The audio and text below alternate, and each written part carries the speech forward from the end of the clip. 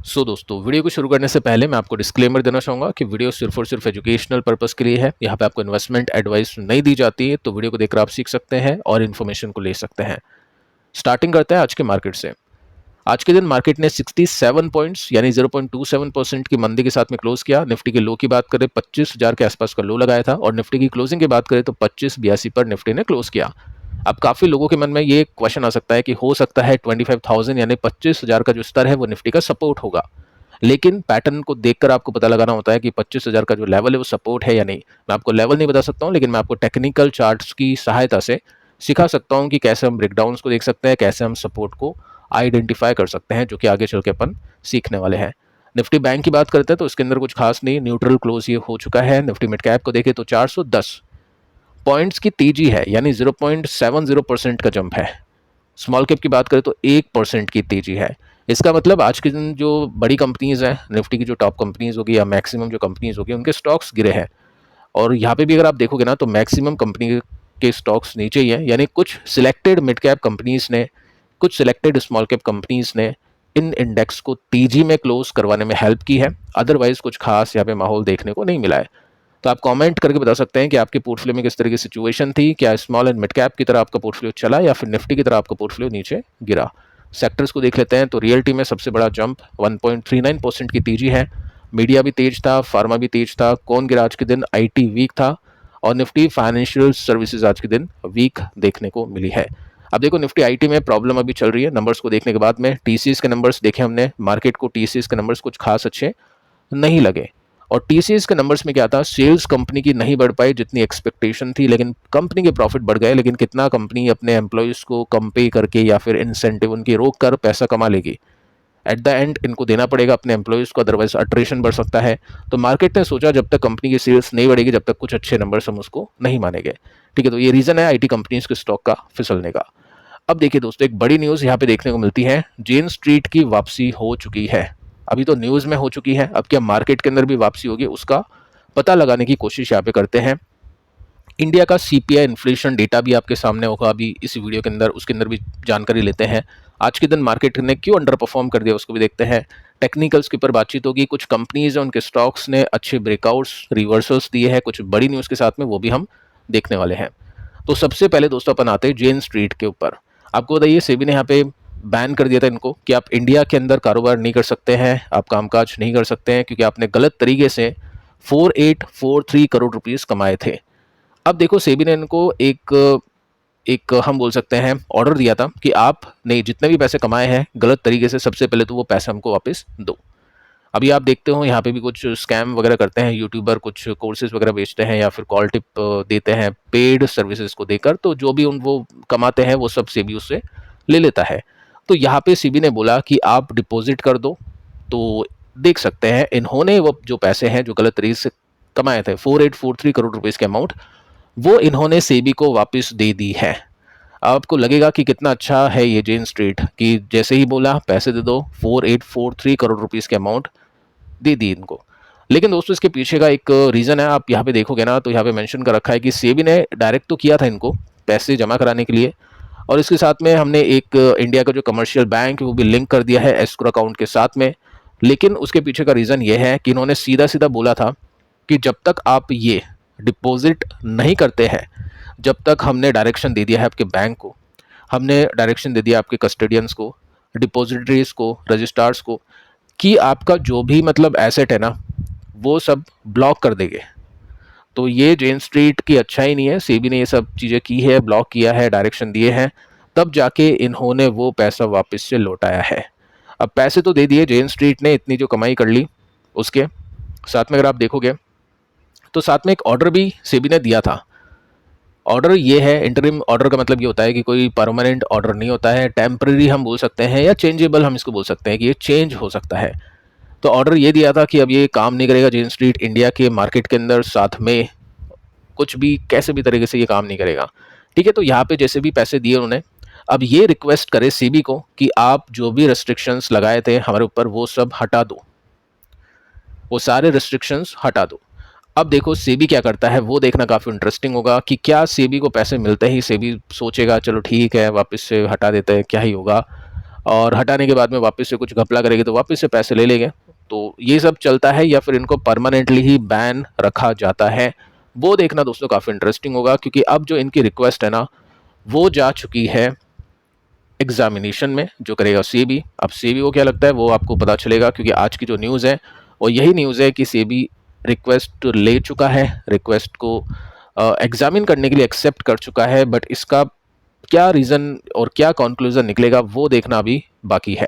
सो देखते हैं दोस्तों क्या होता है। आपके हिसाब से क्या हो सकता है, सेबी वापस अलाउ कर देगा इनको ट्रेड करने के लिए या फिर नहीं करेगा? आप चाहे तो नीचे कमेंट करके बता सकते हैं, क्योंकि इस बार सेबी ने बोला है कि हम कमिटेड है कि जो भी कुछ ऐसा करेगा, पॉलिसीज़ को ब्रेक करेगा, उसके ऊपर सख्त कार्रवाई होगी। हम अपने जो रूल्स एंड रेगुलेशंस उसके हिसाब से ही चलेंगे। मतलब कोई भी पैसे वैसे में हमको मिलेंगे, कुछ भी एक्सटर्नल प्रेशर होगा हम उसको नहीं मानेंगे। हम जो भी हमारे रूल्स एंड रेगुलेशन को तोड़ेगा उसके ऊपर हम कड़ी कार्रवाई करने वाले हैं।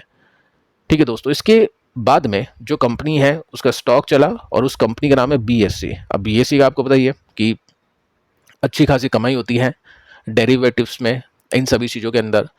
तो ये स्टॉक आज चल पड़ा 4% के साथ में, इसमें जंप देखने को मिला है। इसकी वजह से आप देखोगे तो यहाँ पे जो आदेश था रिक्वेस्ट को एक्सेप्ट करने का, वो यहाँ पे मिला था ओपन मार्केट के अंदर स्टार्ट होते ही, और उसके बाद में स्टॉक ने अच्छी खासी तेजी पकड़ी है। कोई भी गिरावट इसमें देखने को नहीं मिली है।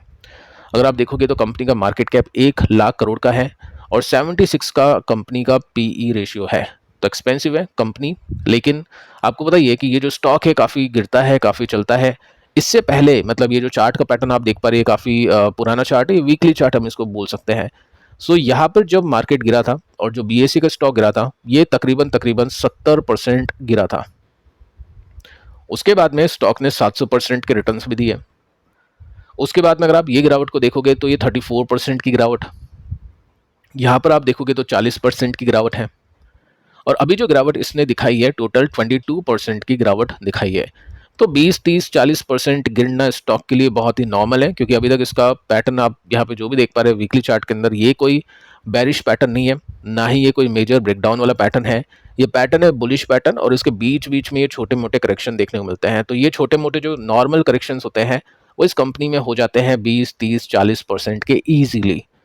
तो जो भी इन्वेस्टर इन सभी करेक्शंस को झेल सकता है वो ऐसी कंपनीज को देखता है। बाकी काफ़ी रिस्की कंपनी है। ब्रेकडाउन्स का पता लगाने का सिंपल सा एक फंडा है कि आपने जो पिछला रेसिस्टेंस देखा उसी को सपोर्ट मान लो। अगर वो टूट जाता है तो स्टॉक चला गया डाउन ट्रेंड के अंदर, उसमें फिर पैसे बनने काफ़ी मुश्किल है और काफ़ी टाइम लगेगा पैसे बनने में। जैसे हमने देखा वीबीएल में काफ़ी सारी कंसिस्टेंट कंपनीज थी, लेकिन उन्होंने ब्रेकडाउन किया तो वहाँ पे भी काफ़ी डिफिकल्टी है, और उसके पीछे कुछ रीजंस भी होते हैं जो टेक्निकल आपको पहले से ही बताने की कोशिश करते हैं। सेकंड, अगर आप देखोगे तो यहाँ पे क्या था, इस कंपनी के स्टॉक का एक इंपॉर्टेंट रेसिस्टेंस, और इसको अगर ये स्टॉक तोड़ देता तो हम बोलते हैं ये ब्रेकडाउन में चला गया, डाउन ट्रेंड में चला गया। लेकिन अभी पैटर्न बुलिश है, और ये जो बीच का जो करेक्शन हमने देखा 20-30% का, वो करेक्शन अभी कंपनी के स्टॉक ने दिखाया है। अब दोस्तों हमको कैसे पता चलेगा कि ब्रेकआउट हो चुका है, क्योंकि ट्रेंड तो अभी नीचे ही है, डाउन ट्रेंड के अंदर ये स्टॉक। अब ये डेली चार्ट फिर इन्वेस्टर देखेगा, वनडे चार्ट, और इसमें पता लगाने की कोशिश करेगा कि स्टॉक के गिरने का पैटर्न क्या है। स्टॉक के गिरने का पैटर्न ये है, ये रेसिस्टेंस, ये सपोर्ट, फिर रेसिस्टेंस, फिर सपोर्ट। अब देखते हैं स्टॉक रेसिस्टेंस पे जाता है और यहाँ से निकलता है, या फिर यहाँ से वापस से नीचे जाता है, या यहीं से नीचे चल जाता है। ठीक है, तो ये सब चीज़ें नोट करके चल सकते हैं। बाकी स्टॉक का जो पैटर्न है अभी कुछ ऐसा है कि रेसिस्टेंस टू सपोर्ट, वापस से सपोर्ट टू रेसिस्टेंस की कोशिश अभी स्टॉक करता हुआ देखने को मिल रहा है। और साथ में न्यूज़ अच्छी है, तो हो सकता है सेबी अगर इसको मान लेता है उनकी रिक्वेस्ट, तो इन कंपनीज में वापस से तेजी बनने की पॉसिबिलिटीज़ बन सकती हैं। अब मानेगा नहीं मानेगा वो दोस्तों किसी को नहीं पता है, वो आगे चल के अपने को पता चलेगा। साथ में दोस्तों आप देख सकते हैं कि आज के दिन ऐसा कैसे हो गया कि लार्ज कैप कंपनीज गिर गई, निफ्टी 50 गिर गया, लेकिन small and mid cap companies चल गई। उसके 5 फैक्टर्स को जानने की कोशिश करते हैं कि कौन कौन से 5 फैक्टर्स हैं जिसकी वजह से ऐसा कार्यक्रम आज के दिन हमको मार्केट में देखने को मिला है। और पिछले 4 ट्रेडिंग सेशन से कंटिन्यूसली मार्केट को गिरता हुआ ही देख पा रहे हैं, उसके अंदर प्रेशर हम देख पा रहे हैं। अब देखिए दोस्तों, यहाँ पे ट्रेड वॉर को लेकर एक न्यूज़ है, जो आप एक न्यूज़ नहीं मतलब आप देख ही पा रहे हैं, कनाडा के ऊपर 35% का टैरिफ लगा दिया। साथ में आप देखोगे अभी और भी अग्रेशन यहाँ पे ट्रंप दिखा रहे हैं, जो कि सिग्नल करता है नेक्स्ट जो ट्रेड वॉर है वो एस्केलेशन उसमें हो सकता है। तो इसको एक रीज़न मान सकते हैं। साथ में अगर आप देखोगे ना तो अभी कुछ टाइम में इंटरिम ट्रेड डील इंडिया के साथ में हो सकती है। अब ये भी टेम्परेरी होगा, ये कोई परमानेंट नहीं होगा, और इसके अंदर भी आगे चल के वो धमकियाँ देंगे, चेंजेस करने की कोशिश कर सकते हैं।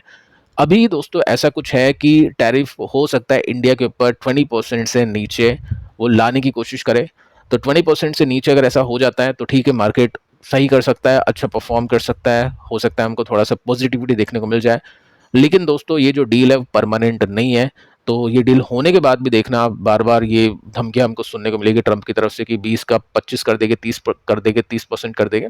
वो सब हमको सुनने को मिल सकता है। और उसके पीछे का रीजन आपको बताइए, अभी ट्रंप ने बोला है जो भी अगेंस्ट करेगा यूएस इंटरेस्ट के काम, उस पर 10% टैरिफ हम एक्स्ट्रा लगा देंगे। ठीक है, तो ये एक रीजन है।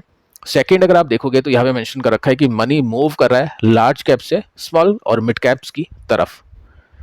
अभी हमने देखा एसआईपी का डेटा, तो उसके अंदर लार्ज कैप कंपनीज में एसआईपी किए इन्वेस्टर्स ने, क्योंकि लार्ज कैप कंपनीज मजबूत बनी हुई थी। अभी यहाँ पे मेंशन कर रखा है कि हो सकता है लार्ज से मिड कैप और स्मॉल कैप में जाने की कोशिश है, क्योंकि स्मॉल एंड मिड कैप अभी नीचे भी है और रिटेल इन्वेस्टर्स को मैक्सिमम रिटर्न्स चाहिए होते हैं, और उसके हिसाब से मिड कैप और स्मॉल कैप में इन्वेस्टिंग की जा रही है।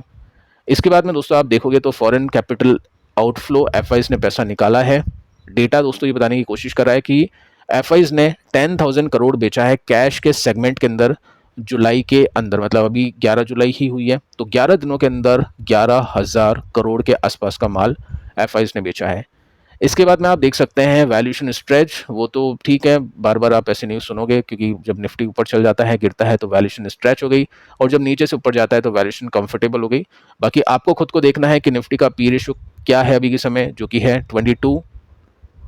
आपको देखना है कि उसका सपोर्ट कहाँ पे है। सपोर्ट हमने देखा 19 पर सपोर्ट था, तो निफ्टी ने वहीं पे सपोर्ट लिया था। उसके बाद में 22 भी होगा, 24 भी होगा, वो सब मार्केट है, वो चलेगा। लेकिन हाँ, ये भी एक रीज़न यहाँ पे बताने की कोशिश की जा रही है। पांचवा जो फैक्टर है ना, ये थोड़ा सा इंटरेस्टिंग है और इंपॉर्टेंट है, क्योंकि टेक्निकल पैटर्न देखना भी काफ़ी जरूरी होता है। जब भी ब्रेकडाउन्स होते हैं उसके बाद में अगले सपोर्ट का पता लगाना काफ़ी जरूरी होता है, क्योंकि एक लेवल जो सपोर्ट का था वो टूट गया तो मार्केट अंडर परफॉर्म करेगा, लेकिन वही जो रेसिस्टेंस है वो टूट गया तो मार्केट आउट परफॉर्म करेगा। लेकिन क्वेश्चन बन जाता है कितना। उसके लिए हम क्या करते हैं, जब भी सपोर्ट टूटता है तो अगले सपोर्ट को पता लगाने की कोशिश करते हैं, और जब भी रेसिस्टेंट टूटता है तो अगला रेसिस्टेंस तो पता लग ही नहीं सकता है, क्योंकि वो फिर ऑल टाइम हाई होता है। फिर उसमें परसेंटेज एनालिसिस करते हैं, जो आगे चल के अगर ऐसा होगा निफ्टी ब्रेकआउट्स वगैरह करेगा तो हम उसके हिसाब से एनालिसिस करने की कोशिश करेंगे। अब देखो यहाँ पे कुछ लेवल्स मेंशन कर रखे हैं, मैं नहीं बोलूंगा कि इन लेवल्स के हिसाब से आपको काम करना चाहिए, जस्ट मैं आपको सिखा रहा हूँ कि किस तरह से आप पैटर्न को देख सकते हैं। कोई प्राइस मैंने यहाँ पे आपको नहीं दिखा रखा, ना ही कोई सपोर्ट का लेवल है, ना ही कोई रेसिस्टेंस है, तो ठीक है, बाय सेल आपको नहीं करनी है। अब देखो यहाँ पे हुआ क्या है, निफ्टी ने डब्ल्यू पैटर्न बनाया, उसके बाद में ब्रेकआउट किया, उसी को सपोर्ट बनाया, उसके बाद में तीजी बनी, और एक रेंज है जिसके अंदर निफ्टी काम कर रहा था, उस रेंज को निफ्टी ने तोड़ दिया, और जो रेंज का रेसिस्टेंस था वहाँ पे सपोर्ट ले लिया काफ़ी टाइम से, उसके बाद में सपोर्ट को भी निफ्टी ने तोड़ दिया। इसको एक ब्रेकडाउन हमने मान लिया। अब देखिए ब्रेकडाउन करने के बाद में अगला सपोर्ट क्या हो सकता है। अगला सपोर्ट आप इसको कंसीडर कर सकते हैं, इसको मान सकते हैं, अगर आप चाहते हो, जो कि मेरे हिसाब से सही होता है, कि रेसिस्टेंस अगर आपका ऊपर की तरफ शिफ्ट कर रहा है और सपोर्ट भी आपका ऊपर की तरफ शिफ्ट कर रहा है, तो आपको पैटर्न बनाना चाहिए असेंडिंग चैनल पैटर्न, ना कि आपको साइडवेज चैनल पैटर्न बनाना चाहिए। साइडवेज ऐसे में बन सकता है जिसमें सपोर्ट रेसिस्टेंस अनचेंज है, और इसको हम बोल सकते हैं एक साइडवेज पैटर्न। लेकिन जब भी ये ऊपर की तरफ शिफ्ट होता है तो असेंडिंग चैनल पैटर्न बनाते हैं, और जब भी नीचे की तरफ शिफ्ट होता है तो डिसेंडिंग चैनल पैटर्न बनाते हैं। अब देखो इसमें हम देखते हैं कि यहाँ पे सपोर्ट कहाँ पे है, क्योंकि ये तो सपोर्ट नहीं है, ये तो रेसिस्टेंस है, और ये सपोर्ट है। तो यहाँ पे दोस्तों निफ्टी अभी अपने सपोर्ट से थोड़ा सा करीब है, सपोर्ट अभी थोड़ा सा और नीचे इसमें देखने को मिलता है, क्योंकि ये कुछ बेसिस बन सकते हैं रेसिस्टेंस के और ये कुछ बेसिस बन सकते हैं सपोर्ट के। तो ठीक है, निफ्टी अगर अपने सपोर्ट को मैनेज करता है, रिस्पेक्ट करता है तो अच्छी बात है, और नहीं करता है तो अगेन एक ब्रेकडाउन की एक्सपेक्टेशन हम कर सकते हैं, और सपोर्ट टूट जाता है तो एक्सपेक्टेशन ही नहीं, उसको एक ब्रेकडाउन ही मान सकते हैं। अब देखो यहाँ पे निफ्टी काफ़ी संभलने की कोशिश कर रहा था, क्योंकि निफ्टी ने ब्रेकडाउन नहीं किया था यहाँ पे, लेकिन जैसे ही ब्रेकडाउन किया डेली बेसिस पे, यानी पिछले 3 ट्रेडिंग सेशन से, ये तो एक ब्रेकडाउन का ट्रेड था, उसके बाद में पिछला, उसके बाद में ये वाला, निफ्टी नीचे ही जा रहा है, यहाँ पे कोई भी स्ट्रेंथ देखने को नहीं मिल पा रही है। तो टेक्निकल भी देखना काफ़ी इंपॉर्टेंट हो जाता है। बाकी नंबर्स प्ले करेंगे रोल निफ्टी को प्लस या माइनस करने में, टेक्निकल सभी इस तरह की सिचुएशन आपको दिखा रहे हैं। अब दोस्तों इंडिया का सीपीआई डेटा यानी रिटेल इन्फ्लेशन का डेटा कैसा है उसको देखते हैं, क्योंकि इसके हिसाब से भी मार्केट रिएक्शन देता है। रेट कट की एक्सपेक्टेशंस बढ़ जाती है, अगर इन्फ्लेशन कम होता है उसको अच्छा मानते हैं, क्योंकि महंगाई कम हो रही है। अब देखो रिटेल इन्फ्लेशन आया है कम होके, ईज होके 2.1% का जून के मंथ के अंदर। अब ये मई के मंथ के अंदर था 2.82% का, तो 2.82% से महंगाई कम होकर 2.1% की हो चुकी है, जो कि अच्छी बात है मार्केट के लिए। सेकंड बात अगर आप देखोगे ना, तो आरबीआई की जो एक रेंज थी, लिमिट थी 4 to 6% की, जिसमें हम बोल सकते हैं 4% का यहाँ पे एक रेंज बोल सकते हैं, मीडियम टर्म का जो टारगेट उन्होंने दिया था वो था, उससे अभी काफ़ी नीचे है, जो कि बहुत अच्छी बात है। ठीक है, लेकिन दोस्तों बड़ी बात ये देखनी पड़ेगी कि एक्सपेक्टेशन क्या थी मार्केट की, एक्सपेक्टेशंस को इसने बीट किया है या नहीं। तो वो भी मैं आपको बता देता हूँ आगे चल के, एक्सपेक्टेशन बीट हो चुकी है या मिस। बाकी कुछ और पॉइंट्स इसमें आप नोट कर सकते हैं कि ये वायनवा बेसिस में इन्फ्लेशन 2019 के बाद में अभी का सबसे कम है। Good point. साथ में अगर आप देखोगे तो यहाँ पे जो उनकी रेंज है 4% जो मैं आपको बता चुका हूँ, उससे नीचे है, अच्छी बात है। अब देखिए दोस्तों, यहाँ पे एक्सपेक्टेशन का डेटा आपके सामने है और इसके अंदर आप नोट करके चल सकते हैं कि 2.10% का है, lower than last month which is 2.82% का, बेलो एस्टिमेट है, यानी एस्टिमेट से कम है 2.25%। तो टेंशन नहीं लेनी कि एस्टिमेट को मिस कर दिया, यहाँ पे एस्टिमेट मिस करेंगे तो अच्छा है, क्योंकि ज़्यादा महंगाई की एक्सपेक्टेशन थी 2.25% की और 2.10% का डेटा आया है, विच इज़ गुड। तो एक्सपेक्टेशंस यहाँ पे हो चुकी है मिस, जो कि अच्छी बात है मार्केट के लिए। अब ये जो डेटा है दोस्तों आया है 3:31 के आसपास, यानी आफ्टर मार्केट क्लोजिंग या मार्केट के बंद होते होते। तो देखते दोस्तों कल क्या रिएक्शन यहाँ पे देखने को मिलता है इस डेटा के बाद में।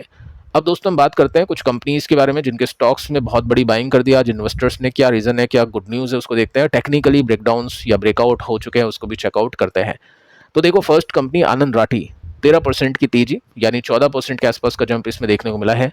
ओपन हुआ था डिसेंटली, उसके बाद में तेज होता गया, ब्रेकआउट्स पे ब्रेकआउट इंट्राडे में देता गया, यहाँ पे आप देख सकते हैं। सो अच्छे खासे ब्रेकआउट्स इसमें देखने को मिले इंट्राडे ट्रेड के अंदर। रीजन क्या है इसके पीछे का, तो रीजन आपके सामने है। देखो दोस्तों, न्यूज़ आती है 9:14 के आसपास, यानी ओपन मार्केट होते ही न्यूज़ आती है गाइडेंस की। नंबर्स आपने देखे, नंबर्स कैसे थे, नंबर्स अच्छे थे। आई थिंक 20-30% के साथ में ग्रोथ थी। नेक्स्ट डे स्टॉक का प्राइस चला भी था, तो नंबर्स अच्छे लगे इन्वेस्टर्स को।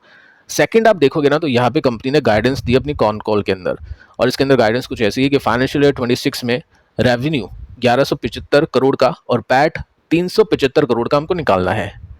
लेकिन हम क्वार्टर 1 के अंदर ही 24% और 25% गोल को पूरा कर चुके हैं। यानी इन्वेस्टर्स को लग रहा है एक तो गोल अच्छा दिया, सेकंड उसको पूरा भी करते जा रहे हैं, तो अगले 3 क्वार्टर के अंदर बाकी का भी पूरा हो जाएगा। तो इन्वेस्टर ने इस वजह से इसको चीयर किया। सेकंड आप देख सकते हैं कंपनी ने एम किया है 1 लाख करोड़ के AUM का 2026 के फाइनेंशियल ईयर के एंड होते होते। अब इसका कितना अचीव कर लिया, इसका दोस्तों सीधा 40% अचीव कर लिया क्वार्टर 1 के अंदर ही। तो क्वार्टर 1 के अंदर 40% की अचीवमेंट है, यानी क्वार्टर 2 के अंदर ऑलमोस्ट 100% के आसपास अचीव कर लेंगे। उसके बाद में 2 क्वार्टर में और शानदार तेजी दे देंगे, ऐसा मार्केट को लगा, और इसी के बाद में स्टॉक के प्राइस में काफ़ी बड़ी तेजी देखने को मिली है। तो अपडेट इसका काफ़ी अच्छा है, इस वजह से काफ़ी अच्छी तेजी इसमें आ चुकी है। अगर हम स्ट्रेट लाइन को भी ड्रॉ करके देखें तो यहाँ पे भी एक ब्रेकआउट है। अगर मैं असेंडिंग लाइन को भी ड्रॉ करके देखूँ रेसिस्टेंस के हिसाब से, तो यहाँ पे भी एक ब्रेकआउट इसमें देखने को मिला है। सो ये वीकली चार्ट का पैटर्न है, और ये सपोर्ट रेसिस्टेंस का गेम इसमें चल रहा था काफ़ी समय से। एक अच्छे स्विंग, अच्छे गेन यहाँ पे इन्वेस्टर्स को प्राप्त हो चुके हैं। अगर मैं आपको डे का चार्ट दिखाऊं कि वॉल्यूम भी हम देखें, क्रॉस चेक करें, तो यहाँ पे वॉल्यूम भी आपको काफ़ी मैसिव देखने को मिलेंगे, जो आपको बताता है कि यहाँ पे एक ब्रेकआउट हो चुका है। तो इस तरह से आपको ब्रेकआउट्स को देखना होता है, कोई लेवल्स वगैरह ये सब चीज़ें आपको अपनी रिसर्च करनी होती है, ना ही किसी की आपको सुननी है, ना ही कोई आपको पेड सर्विस की सीख लेनी है। जस्ट आपको चार्ट के ऊपर फोकस करना है, क्योंकि खरीदने वाले आप हो, बेचने वाले आप हो, प्रॉफिट आपका है, लॉस आपका है, और कन्विक्शन भी आपका ही होना चाहिए। नेक्स्ट जो कंपनी है दोस्तों, इसका नाम है वेल्थ फर्स्ट पोर्टफोलियो। ये स्टॉक कैसे चल गया एकदम से 10% के सर्किट में जाके आज के दिन स्टॉक ने क्लोजिंग दी है। 1000 करोड़ का मार्केट कैप, पैनी कंपनी है, ज़्यादा कुछ रिसर्च होती नहीं है, तो एक एक पल पल की खबर आपको नहीं मिलेगी इस कंपनी को लेकर। या ऐसी जो भी कंपनीज है कि स्टॉक चल गया 5-7%, तो क्यों चल गया, उनकी इन्फॉर्मेशन ज़्यादातर मिलती नहीं है, क्योंकि बहुत छोटी कंपनी ज़्यादा ट्रैक नहीं करते इसको, बड़े ब्रोकर्स, बड़े ये जो न्यूज़ चैनल होते हैं वो। अब देखो, एक रीज़न मैंने आपको बताया था, 11 जुलाई को एक न्यूज़ आई थी ओपन मार्केट के अंदर कि कंपनी को IRDAI की तरफ से हरी झंडी मिल चुकी है कि कंपनी एक डायरेक्ट इंश्योरेंस ब्रोकर के रूप में काम कर सकता है। अब कितने लेवल पे काम करेगा, कितना बड़ा काम करेगा, वो नहीं पता था। तो उसके बाद में स्टॉक का जो प्राइस है ना तो चला और ना ही गिरा, कुछ खास देखने को नहीं मिला। लेकिन आज के दिन एकदम से इसमें आ गई तेजी 10% की। अब नहीं लगा सकते पता कि क्या न्यूज़ इसके पीछे प्ले कर रही है, नंबर्स अच्छे आने वाले हैं या फिर नहीं। तो हम क्या करते हैं, टेक्निकल्स को देख लेते हैं। यहाँ पे जो पिछली न्यूज़ दी थी 11 जुलाई को, उस समय भी मैंने आपको कहा था कि इसको थोड़ा सा देखना, टेक्निकली समझने की कोशिश करना, क्योंकि क्या है इसमें पैटर्न, स्टॉक अपने सपोर्ट को लेता है, उसके बाद में यहाँ पे एक ब्रेकआउट करता है, ब्रेकआउट करने के बाद में क्या होता है, जो सपोर्ट था उसी पर स्टॉक आ जाता है और वहाँ पे रुकता है। उसके बाद में इसने यहाँ से तेजी पकड़ ली। तो पैटर्न तो काफ़ी सही है, लेकिन यहाँ पे दम नहीं है, वॉल्यूम्स इतने कुछ खास देखने को नहीं मिले हैं। लेकिन जब भी स्टॉक सर्किट में आता है तो आपको पता ही है वॉल्यूम कुछ खास होते भी नहीं है। तो देखते हैं दोस्तों आगे चल के क्या होता है। पैटर्न तो इसमें काफ़ी इंटरेस्टिंग दिख रहा है, जो कि बुलिश पैटर्न हम एक कंसीडर इसको करके चल सकते हैं। बाकी नंबर्स कैसे आते हैं वो देखना काफ़ी इंपॉर्टेंट हो जाएगा। इसके बाद में दोस्तों अगली कंपनी है जिसके स्टॉक में बहुत बड़ी तेजी मिली, जो कि है 20% की तेजी, 20% का जंप है। कंपनी का नाम है ओला इलेक्ट्रिक। बहुत बड़ी तेजी है, स्टार्टिंग इसकी भी ठीक थी, उसके बाद में बड़ी बड़ी यहाँ पे ब्रेकआउट्स होने लग गए डे चार्ट के अंदर और बहुत बड़ी तेजी यहाँ पे आके स्टॉक ने दिखाई। देखो रीज़न ये है कि कंपनी ने अपने नंबर्स को पब्लिश किया है जो कि ये Q1 के, लेकिन कंपनी को प्रॉफिट नहीं हुआ, कंपनी को 428 करोड़ का नुकसान हो गया। तो 428 करोड़ के नुकसान के बाद भी कंपनी का स्टॉक कैसे चल गया 17-20%, उसको जानने की कोशिश करते हैं। अब देखो सारा खेल मैं आपको बता चुका हूँ एक्सपेक्टेशंस का होता है। अगर एक्सपेक्टेशन में नुकसान ज़्यादा का एक्सपेक्ट किया था, कंपनी ने कम नुकसान कर दिया तो स्टॉक चलेगा। अब यहाँ पे देखो सीन ये है कि कंपनी का रेवेन्यू जबकि डाउन है 50% वाई बेसिस में, लेकिन इसने अपनी टॉप लाइन की गाइडेंस को मीट कर लिया है। जैसा कंपनी ने बोला था कंपनी ने वैसा करके दिखा दिया है। तो मार्केट ने देखा है इसको Q1 के बेसिस में हम बोल सकते हैं 35% के साथ में ग्रोथ इसमें देखने को मिली है। यानी मार्केट 1600 से जो ड्रॉप आया है 800 वो नहीं देखेगा, मार्केट ये देखेगा कि 600 से जो जंप आई है, क्योंकि कंपनी ने पिछले क्वार्टर में अच्छा कुछ कहा था वैसा कंपनी ने कर दिखाया है। साथ में दोस्तों आप देख सकते हैं कि यहाँ पे गाइडेंस भी अगले कुछ क्वार्टर की कंपनी ने अच्छी दे दी है। यानी इस क्वार्टर में तो एक्सपेक्टेशन को मीट कर लिया, जो पहले बोला था वैसा कंपनी ने अचीव कर लिया। अब कंपनी ने गाइडेंस भी अच्छी दे दी अगले कुछ क्वार्टर्स की, तो इस वजह से कंपनी के स्टॉक ने काफ़ी अच्छा परफॉर्म किया है। अब देखो यहाँ पे हम सीखते हैं कि ऐसे जो भी कंपनीज होती है जो बहुत डाउन ट्रेंड के अंदर स्टॉक चल जाते हैं, उनके रिवर्सल को कैसे स्पॉट करें। क्योंकि हमने एल्काइल एमाइन के ऊपर भी बात की थी, उसके अंदर भी सेम पैटर्न बना था कि कंपनी के स्टॉक ने ब्रेकआउट तो दिया, एक रिवर्सल तो दिया, लेकिन कंपनी का स्टॉक नीचे ही गिरता रहा।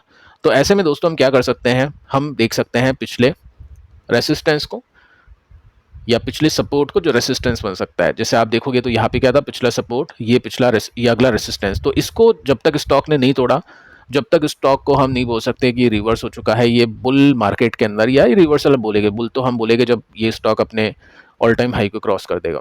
ठीक है, अब पिछला क्या होता है, ये पिछला होता है सपोर्ट, यह भी सपोर्ट, इसको कंपनी के स्टॉक ने नहीं तोड़ा।